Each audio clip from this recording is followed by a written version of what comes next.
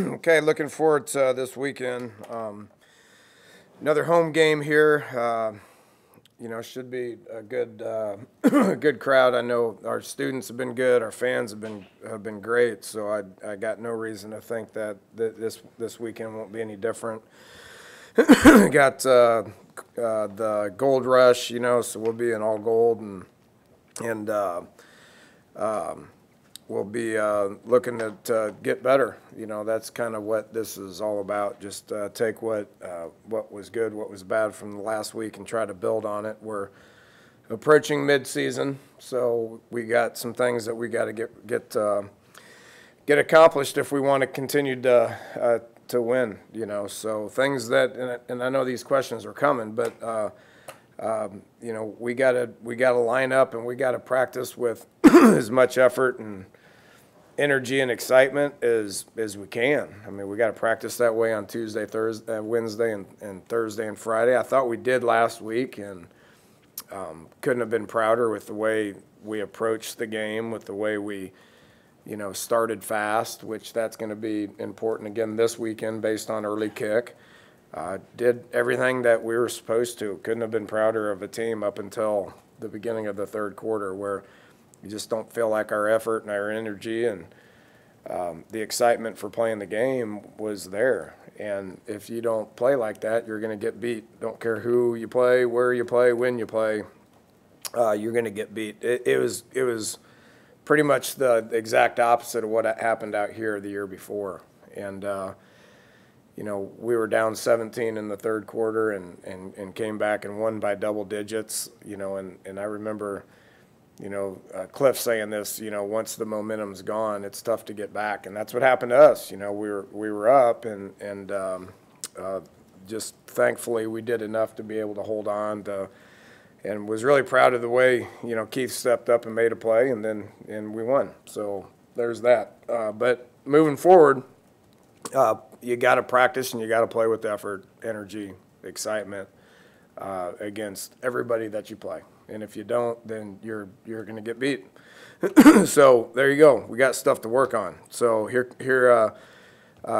Tuesday, and our opponent is Kansas, and we got to approach this in a very business-like manner. But I am incredibly looking forward to Saturday because it'll be a home game, Big 12 game, and an opportunity for us to work on things that we got to work on. They pose a lot of problems like everybody does. They've got some momentum from early season wins. Coach Beatty's going into fourth year there, I believe, and know his staff well, know him and know his staff well. We know what they're going to do, and we got to play our tail off to get better. Offensively, they're going to play a couple of different quarterbacks, anticipating them playing a couple different quarterbacks. Stanley's the guy at this point, but, Bender's been their guy as well. We got to be ready for the Kendrick guy too. So 7, 8, 9, all three of them could get snaps, could take snaps. We'll be ready for all of them. Their running back's a good little player now. The Puka Williams leading the Big 12 in rushing. He's got lightning quick speed, and he starts, he stops. He's a dynamic player, so they move him all over the place. It's rare for true freshmen to have the production that he's had at this point. So really a good player that we're going to have to keep under wraps. And then the Sims kid, the receiver, they got a couple of receivers. The 88, the Booker kid caught a touchdown here recently. Played against us last year, but Sims is the guy, number 11, that's really gave us problems over the last couple of years. He's a really good player. Senior has had had a couple of touchdowns against us here, but Meacham's running the ball a little bit more than he has. They got some quarterback run game. They got some different things, different personnel groupings, 10 personnel that get in 11, that get in 30. The old Trey package from when we were at Oklahoma State, and do a bunch of different things. Doing a great job of protecting the football. I don't know if I've ever seen a team that's played three quarterbacks that hasn't thrown a pick. So he's coaching them up as far as taking care of the ball. They've only had 2 fumbles on the year, so they're doing a great job of protecting the football. Defensively, Clint Bowen is has been there for a long time. You guys have heard me talk about him over the years. He's been there forever, literally forever. Kansas means a lot to him. Played there and has been there for a long time. So he'll get his guys playing hard, and they got some guys that have made a bunch of plays for him in the past. So the linebacker 29, the Denon guy, makes a ton of tackles, is an all-conference player. This Daniel Wise, this D tackle, it seems like he's been there as long as I've been here. He's a thick kid in the inside. They play a 3-down front.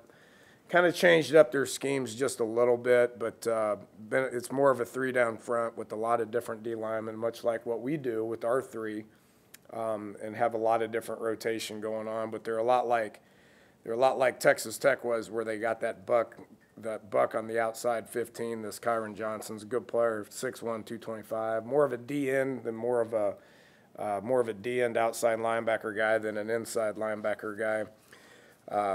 And then their secondary, they're highly touted guys. I mean, they're the couple Louisiana kids. The Mike Lee's been there a couple years, really a downhill player. Number 1, the other safety, another all-conference type player, and then a couple of corners who don't have a ton of experience, but are long and have talent. So he's got those guys playing well, and we're going to have to ID what they're doing. Have to be patient. They're playing more off than they have in the past. They're playing more safeties, more, stuff that we do, drop 8 stuff. Looks like their philosophy's changed a little bit on that. So we're going to have to be patient and take what they're giving us, which is going to be another big week for Will to kind of assess things and get us into really good plays, whether it's run, whether it's pass. Special teams, they're solid. Got their kicker's got a strong leg. He's made a 54-yarder. So got a different kickoff guy than the kicker. They changed coordinators. Kenny Perry's their guy now, but they're doing a lot of the same stuff they did when Defoe was there for a couple of years. But Kenny's known Kenny for a long time, high school coach in Texas. He's taking over these units. The return game is things that we got to keep our eye on. We got to do a better job of covering kicks consistently. We got to do a better job of placing our punts consistently, and we can get better in all the different areas of special teams. So it'll be a big week when it comes to that as well. Coach Hunter, you're up. As you said, you're almost to midseason. Your observations of your team compared to where maybe your preseason perceptions were, good, bad, somewhere in the middle? Oh, that's a vague question. You're better than that. I don't know. I mean, we're still, because we've missed the one game. I feel like we still got things that we got to learn with this team. I mean, we're one game away from the halfway point, but it doesn't feel like it. We've played a third of our games. So I'm going to use that with our guys as far as this week is big from we got to get out there and improve on things before it's too late to improve on things type thing, which should motivate them here for this week, and I think it will. I think we're all anxious to get out there and get the bad taste out of our mouth from the second half last week. So I think we'll get out there and play good and improve, but there's a lot of unknowns at this point. We're playing more people than we ever have. I think we played 56 guys last week. That's a high number. Heck, that's more than I traveled to Cincinnati my first year. So we're playing a lot of guys, and because we're playing a lot of guys, there's a lot of opportunities for guys to improve. So I don't care if it's run game, if it's pass game, if it's offense, if it's defense, if it's, any of the special teams areas that need to improve. We got to do a better job with penalties. There's just a whole bunch of things that we got to do to improve on, and I can't wait for Saturday to be able to do that. Somebody's phone's ringing over here, too. Yep. How much do you use last week's game as a I know you use it as a teaching lesson, but to motivate that this is what can happen when you don't play well? Yeah, it's been addressed. I mean, it's already been addressed. I'm not going to keep harping on it. I don't think it's a reoccurring problem. I mean, it didn't happen in the other 3 games, so I don't think it's a reoccurring problem. I think they know it. I mean, we came in here on Sunday and we watched the video. All you got to do is watch the video. First half, it looks really good. Second half, it looks like crap. So they know, and we got to go out and we got to do better. And so I expect us to have a good week of practice, just like we did last week, and then go into the game and have the mentality that we better play good, we better play hard, we better be excited about it if we want to beat Kansas, period. 8 different players have interceptions for them. What kind of gauge do you get on that when there's no one single person, but how many of those come from Rutgers? Sorry? How many of those came from Rutgers? I'm just curious. Well, I know they're The Rutgers factor. yeah. They've played 5 games. They play a lot of people in the secondary, so they've defended a lot more passes than we have. What's our interceptions at? We had 3 last week. I was proud of that. So 2 different people. Who else has got interceptions? Maybe nobody? Drayvon got 1. So there's 3. Got 4.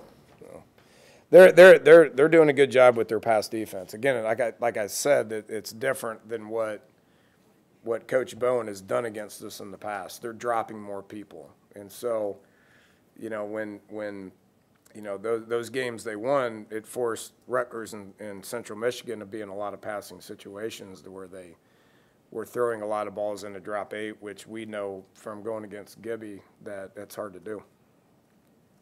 The guy that got 291 against you last year had 3 carries, I think, against Oklahoma State.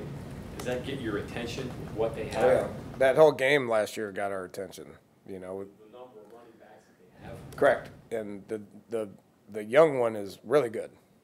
So we got to do a better job against the run against these guys.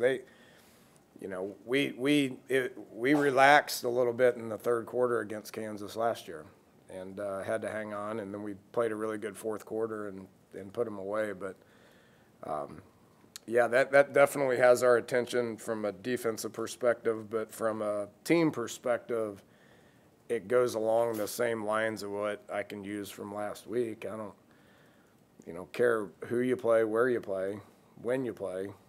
It's about how you play. And if you don't play your best with great effort and great energy and have a great week of practice, then you are setting yourself up to get beat. How limited was Giovanni Haskins last week?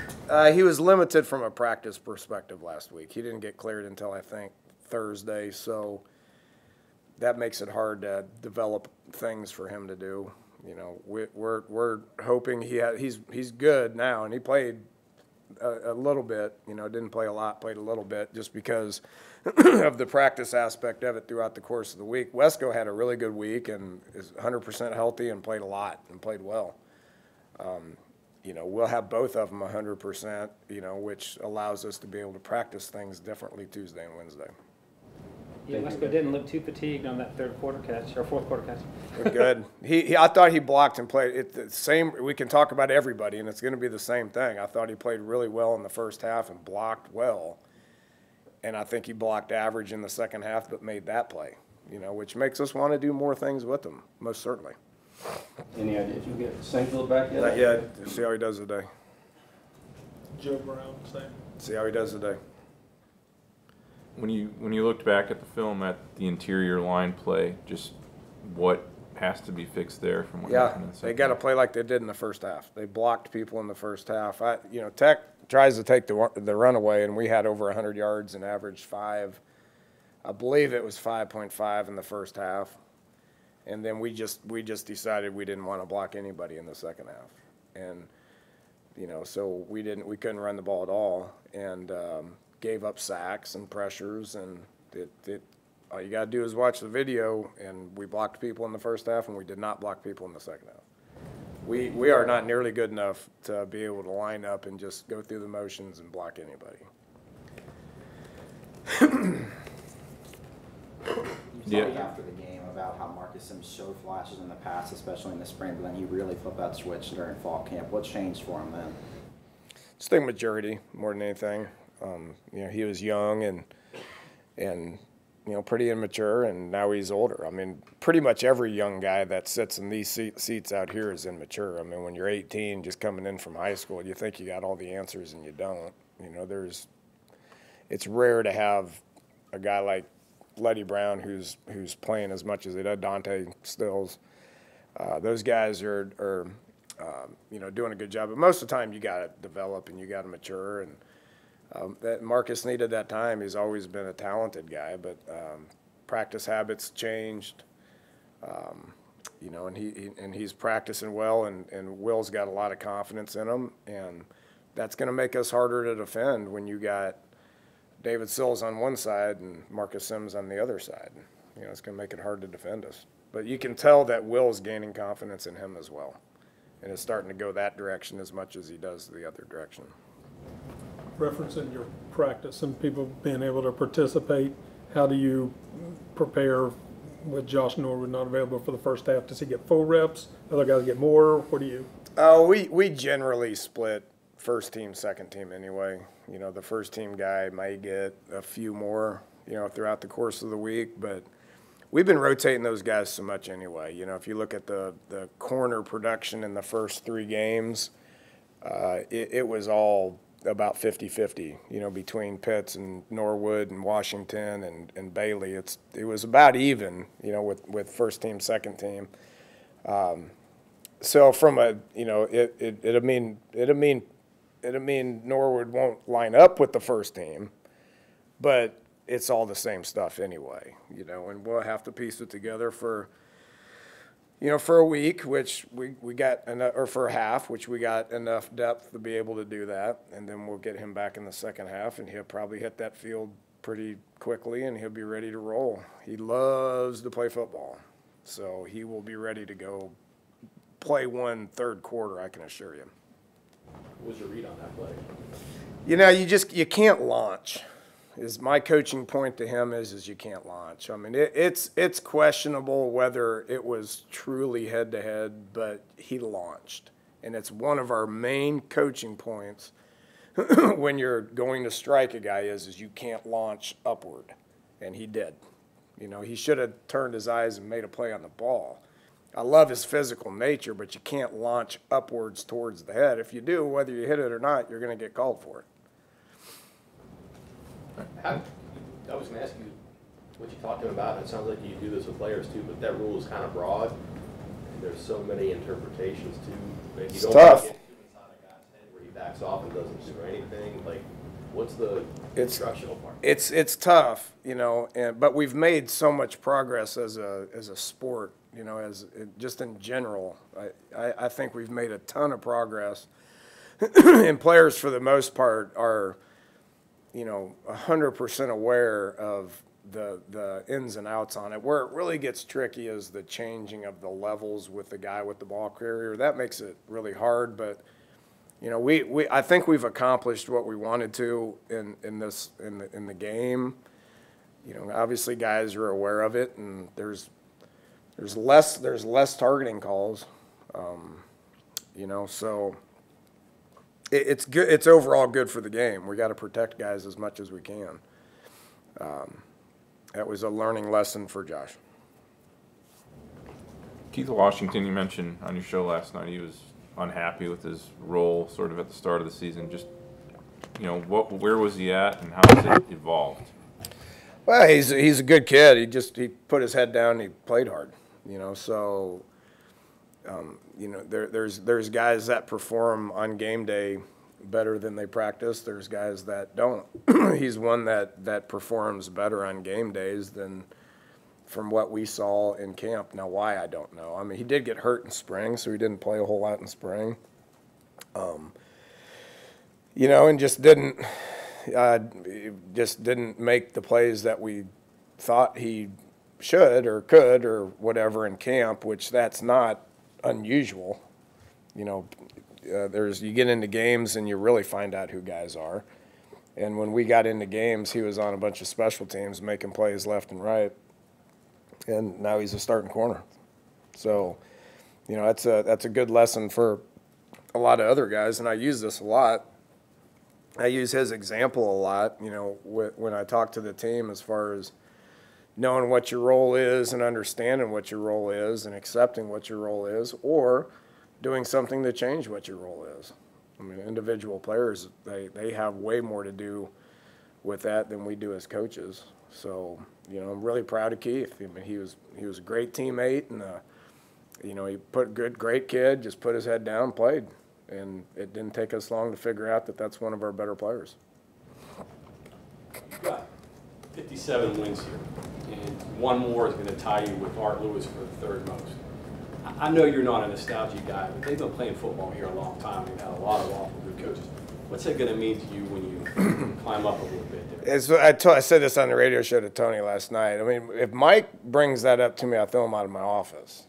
Now, I couldn't throw Tony off the radio show last night, and I can't throw you out of the media room right now.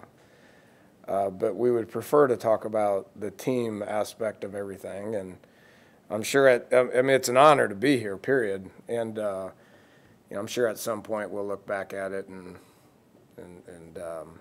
maybe throw a party about it or something like that. But right now we are 100%. I do not care about that. I care about 5-0 and 3-0 in the Big 12. Period.